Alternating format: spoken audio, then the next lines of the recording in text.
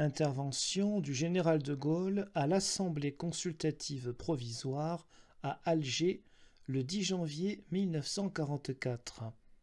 Contexte: un débat à l'Assemblée consultative provisoire à propos de l'aide à la résistance française a lieu du 8 au 10 janvier 1944. À la fin de la séance du 10 janvier 1944, le général de Gaulle prend la parole. Messieurs, je dirai d'un mot que le gouvernement fait sien tous les termes de la motion qui est déposée par le groupe de la Résistance comme conclusion à votre débat. Je m'en voudrais cependant de laisser terminer cette discussion qui a été, comme l'indique votre motion elle-même, si émouvante, sans ajouter quelques mots que le gouvernement, après monsieur le commissaire à l'Intérieur, se doit de prononcer pour répondre aux préoccupations générales de l'Assemblée.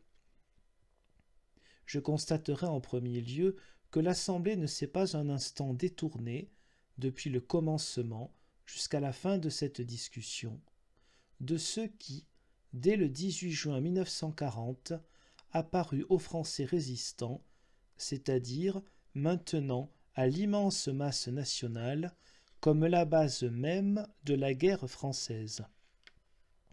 Notre guerre est une et indivisible. Qu'elle se déroule dans l'Empire et sur les champs de bataille du dehors ou à l'intérieur, sur les champs de bataille du dedans. Il n'y a eu qu'un peuple et qu'une nation qui s'est battue. Il n'y a qu'un peuple et qu'une nation qui se bat. Ce peuple et cette nation, messieurs, ce sera peut-être dans l'avenir l'immense honneur comme c'est aujourd'hui l'immense charge du gouvernement. Ils se sont battus du premier au dernier jour, autour du gouvernement de la République française.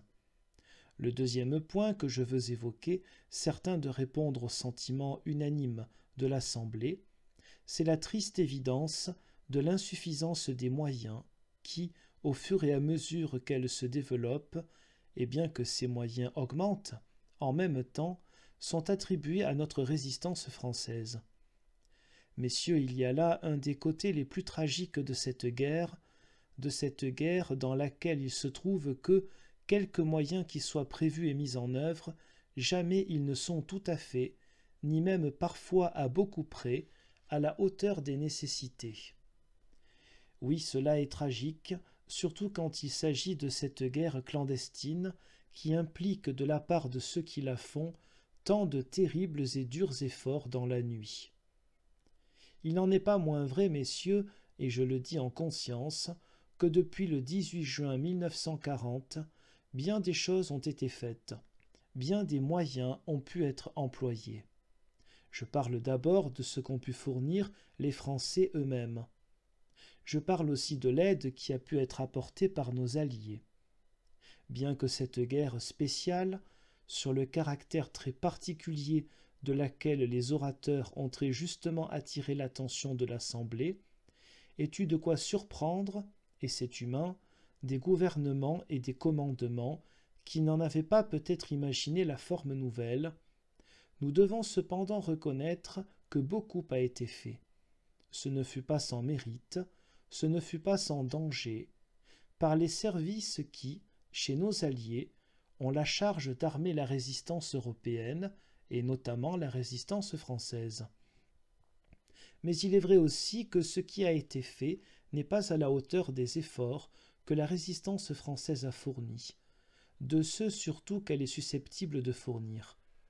À ce point de vue, messieurs, vous me permettrez de ne pas mettre ici les points sur les i et de me borner à dire que, le jour où sera publié le grand, le douloureux livre jaune des négociations menées à ce sujet par le Comité français de Londres, puis par le Comité français de la libération nationale, avec les gouvernements alliés, on verra bien que nous n'avons pas une seconde perdu de vue nos frères, nos soldats de France, et que nous avons fait tout ce que notre devoir et notre cœur et notre amour pour eux nous commandaient. Enfin, messieurs, et je terminerai par là, Je suis sûr aussi de répondre au sentiment unanime de l'Assemblée en disant, après les orateurs que j'ai entendus tout à l'heure, en particulier mon ami Vallon et M. Mercier, que la résistance française, telle que nous l'avons conçue tout de suite, et telle en effet qu'elle s'est révélée, est certes une force de guerre dans ce conflit qui bouleverse le monde, mais aussi une force de renouveau. C'est ce caractère-là qu'elle a pris. C'est pourquoi elle est pour demain un élément essentiel du renouveau de la patrie dans la paix, la force sur laquelle, par excellence, la patrie compte. Elle y compte quels que soient les titres, les origines, les partis des bons Français qui ont voulu courir tant de périls obscurs pour la France. La France ne distinguera les mérites de ses enfants que d'après les efforts qu'ils auront fournis pour elle. Il y aura dans le pays, demain, comme il y a dans la Résistance, de la place pour tous les enfants de la France, surtout s'ils ont été des enfants de bonne volonté. Messieurs, ce caractère de la Résistance française, élément de renouveau national dans la pureté, voilà l'idée qui me paraît devoir servir de conclusion à ce débat. Il me semble que la Résistance française, dans la nuit de son cachot, dans les ténèbres de sa clandestinité, peut dire ce que disait le martyr devant le tyran : « Ma nuit n'a pas d'ombre ».